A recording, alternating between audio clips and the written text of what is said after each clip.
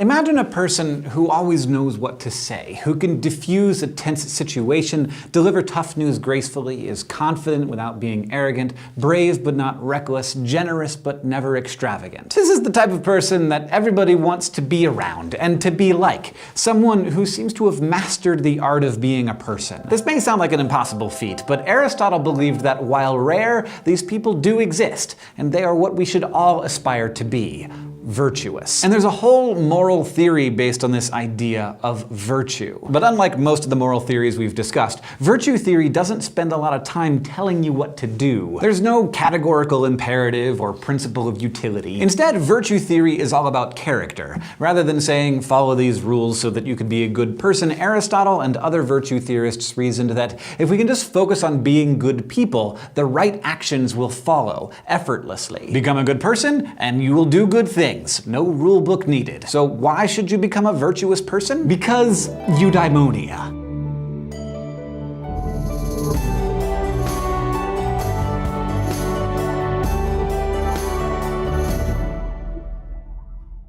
Virtue theory reflects the ancient assumption that humans have a fixed nature, an essence, and that the way we flourish is by adhering to that nature. Aristotle described this in terms of what he called proper functioning. Everything has a function, and a thing is good to the extent that it fulfills its function and bad to the extent that it doesn't. This is easy to see in objects created by humans. A function of a knife is to cut, so a dull knife is a bad knife. And a function of a flower is to grow and reproduce, so a flower that doesn't grow is just bad at being a flower. And the same goes for humans. We're animals, so all the stuff that would indicate proper functioning for an animal holds true for us as well. We need to grow and be healthy and fertile. But we're also the rational animal and a social animal, so our function also involves using reason and getting along with our pack. Now you might notice that some of this sounds a lot like parts of natural law theory, Aquinas' theory that God made us with the tools we need to know what's good. Well, Aristotle had a strong influence on Thomas Aquinas, so part of Aristotle's thoughts on virtue theory ended up in natural law theory. But for Aristotle, this isn't about God's plan, it's just about nature. Aristotle argued that nature has built into us the desire to be virtuous, in the same way that acorns are built with the drive to become oak trees. But what exactly does it mean to be virtuous? Aristotle said that having virtue just means doing the right thing at the right time, in the right way, in the right amount toward the right people. Which sort of sounds like Aristotle saying exactly nothing. I mean, how vague can you be? But according to Aristotle, there's no need to be specific because if you're virtuous, you know what to do all the time. You know how to handle yourself and how to get along with others.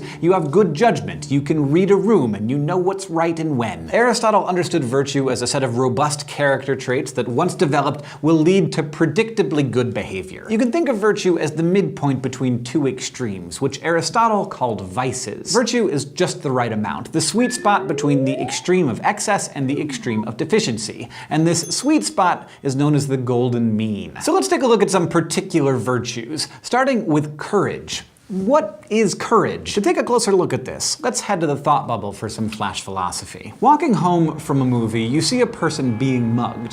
What is the courageous action for you to take? Your impulse might be to say that a courageous person would run over there and stop the mugging because courage means putting yourself in harm's way for a good cause, right? Well, no. A virtuous person, in the Aristotelian sense, would first take stock of the situation. If you size up the mugger and have a good reason to believe that you could safely intervene, then that's probably the courageous choice. But if you assess the situation and recognize that intervention is likely to mean that both you and the victim will be in danger, the courageous choice is not to intervene, but to call for help instead. According to Aristotle, courage is the midpoint between the extremes of cowardice and recklessness. Cowardice is a deficiency of courage, while recklessness is an excess of courage, and both are bad. Aristotle said that you definitely can have too much of a good thing. So being courageous doesn't mean rushing headlong into danger. A courageous person will assess the situation, they'll know their own abilities, and they'll take action that is right in the particular situation. Part of having courage, he argued, is being able to recognize when, rather than stepping in, you need to find an authority who can handle a situation that's too big for you to tackle alone. Basically, courage is finding the right way to act. And a lot of the time, but not all of the time,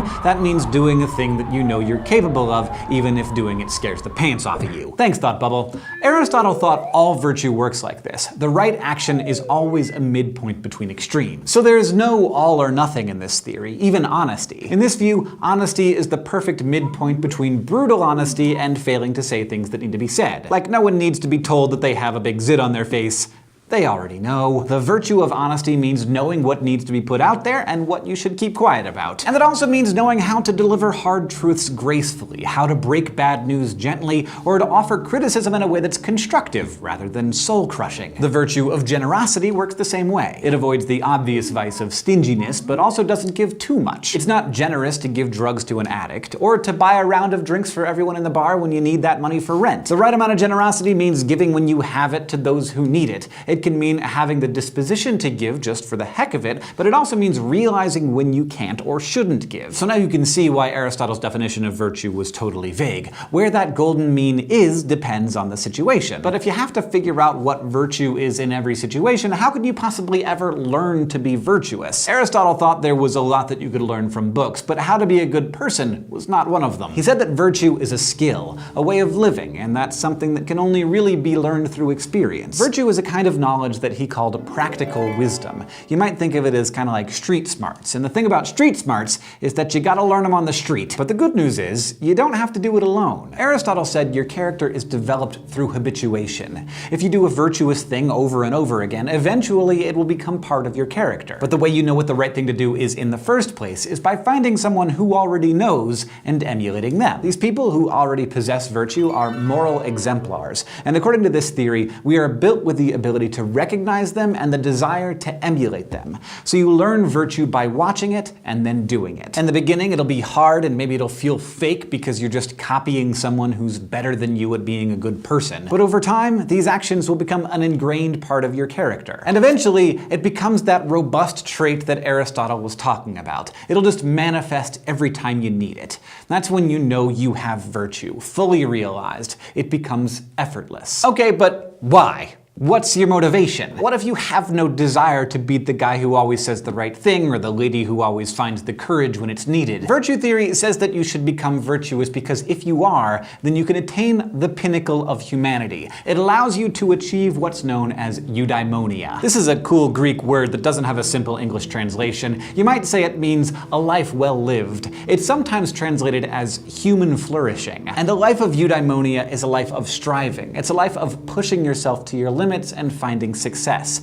A eudaimonistic life will be full of the happiness that comes from achieving something really difficult rather than just having it handed to you. But choosing to live a eudaimonistic life means that you're never done improving. You're never to a point where you can just coast. You're constantly setting new goals and working to develop new muscles. Choosing to live life in this way also means you'll face disappointments and failures. Eudaimonia doesn't mean a life of cupcakes and rainbows. It means the sweet pleasure of sinking into bed at the end of an absolutely exhausting day. It's the satisfaction of knowing you've accomplished a lot and that you've pushed yourself to be the very best person you could be. This is morality for Aristotle. It's being the best person you can be, honing your strengths while working on your weaknesses. And for Aristotle, the kind of person who lives like this is the kind of person who will do good things. Today we learned about virtue theory. We studied the golden mean and how it exists as a midpoint between the vices of excess and deficiency. We talked about moral exemplars and the life of eudaimonia that comes with virtuousness.